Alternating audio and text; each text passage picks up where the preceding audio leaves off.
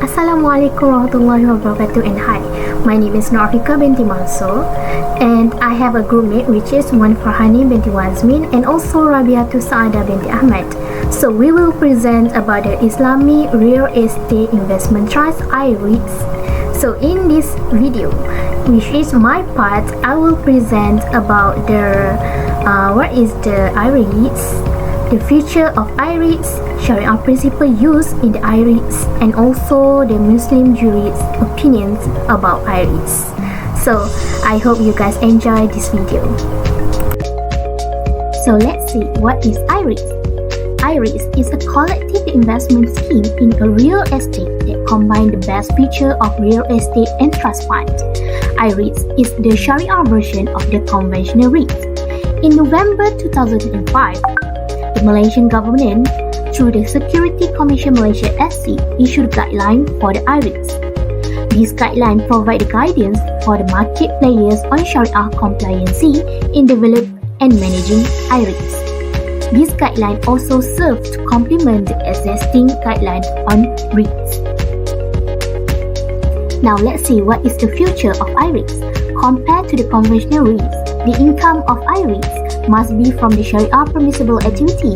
The 20% benchmark as established from the SAC is required for the mixed activity. Sharia committee or Sharia advisor must be appointed to advise the fund manager on the matter relating to the compliance with the Sharia law. In terms of tax treatment in Malaysia, both REITs and i-REITs receive similar tax treatment on stamp duty, real property gain tax, as well as the corporate tax.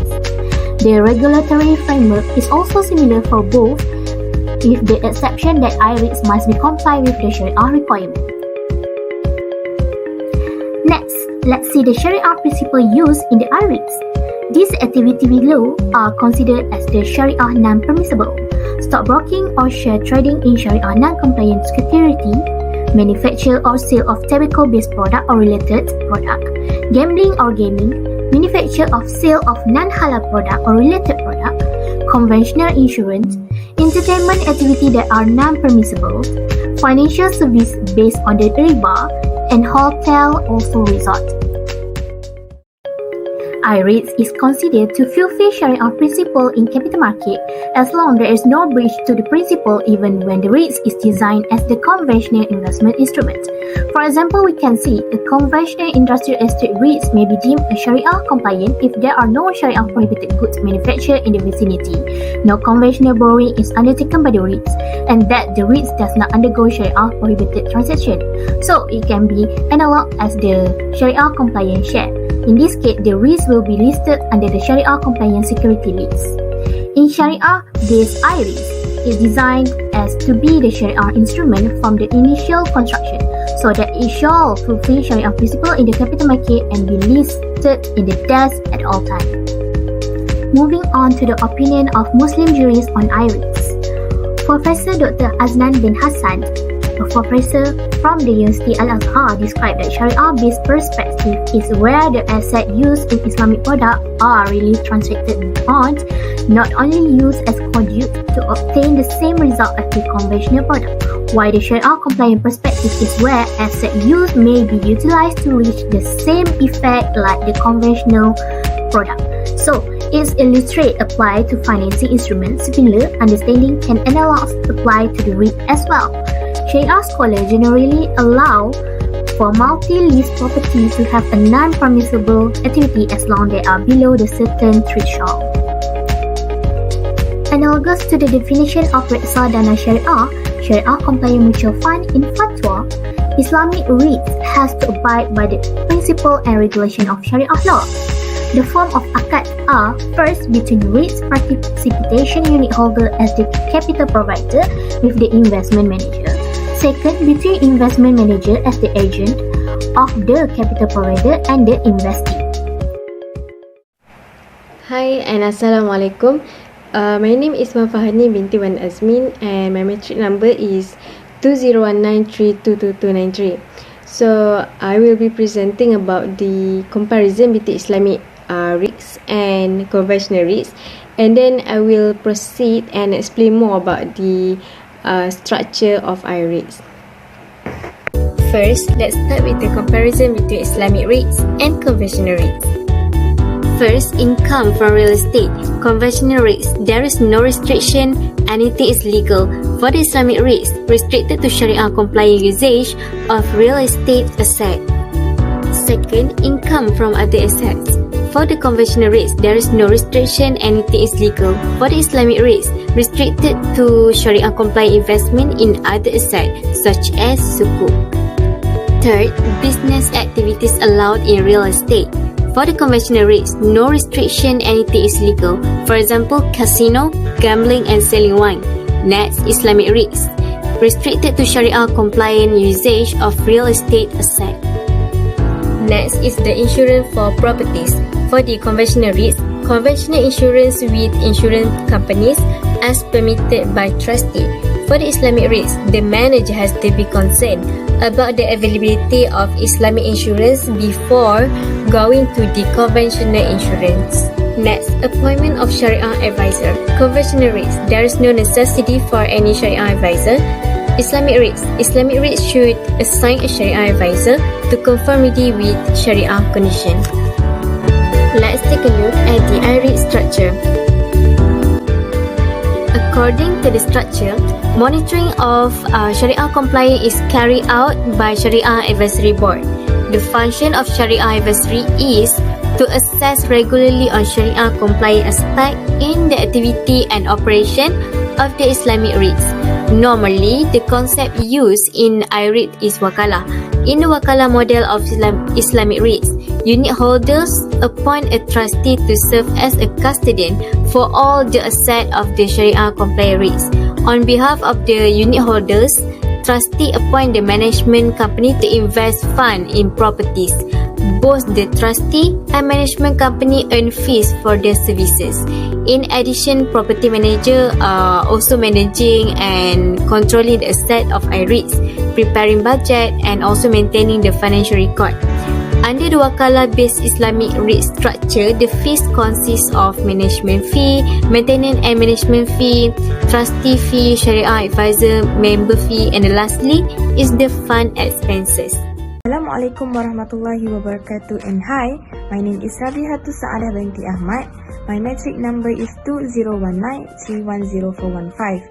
Now, in my part, I will explain for the last 2 points, which is about the first one is the case study of i-REITs, and the second one is prospect of Islamic REITs in Malaysia. The first case study that I would like to share is Al-Akhar KPJ REIT. The world's first Islamic REIT, Al-Akhar KPJ REIT, was founded as a Malaysian unit trust on June 28, 2006, with the investment goal of owning and investing in Sharia-compliant real estate. KPJ Healthcare Berhad and its subsidiaries sold 6 hospitals to Al-Akhar KPJ REIT, which owned and invested in them.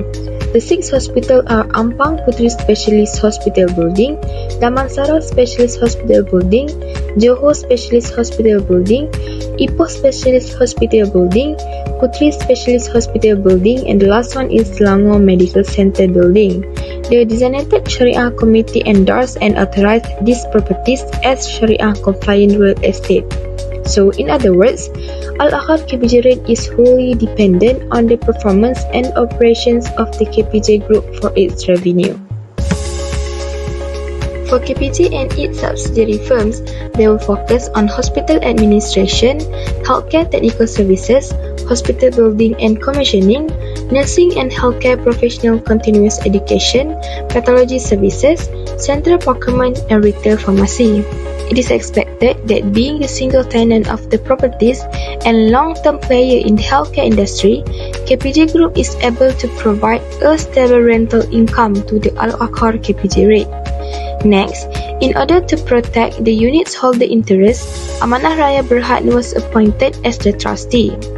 The trustee will guarantee that the fund is managed and administered by Damansara REIT manager in accordance with the fund's aim, the deed, REIT guidelines, and the industry accepted and efficacious business practices. The next case study is Al-Hadarah Bostead REIT. Al-Hadarah Bostead REIT is the second Islamic REIT listed on Bursa Malaysia. It was officially launched on 15 January 2007. Al-Hadarah Busted REIT is the first Islamic REIT made up of plantation asset, particularly oil palm plantation. Next, Al-Hadarah Busted REIT acquired plantation asset from Busted Group involving 8 oil palm estates and 2 palm oil mills, all located within Malaysia. The original deal, like Al-Akhar KPG REIT, features a sale and leaseback mechanism based on Al-Buy and Al-Ijarah contracts. Al-Hadarah Busted REIT issue units to vendor as well as through a public offering to cover the purchase consideration of the plantation asset. Al-Hadarah Busted REIT's major sources of income is fixed rental. Next, for Al-Hadarah Busted REIT, CIMB Trustee Berhad was appointed as a trustee.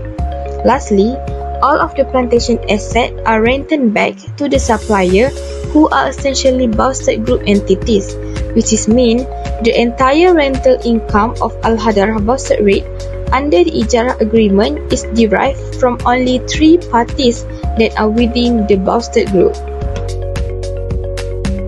And now I will explain about the prospect of Islamic REITs in Malaysia. Firstly, in Malaysia, the future prospect for Islamic REITs appear to be highly promising. Following the Malaysia government's recent tax transparency and incentive, it is expected that the growth of Islamic REITs will be increased even further. Secondly, Islamic REITs are also required to operate in an atmosphere that is more transparent and well regulated. The issuance of 2 important documents by Securities Commission, namely Guideline on REITs and Guideline on Islamic REITs, essentially provide a more transparent regulatory approach in Islamic capital market.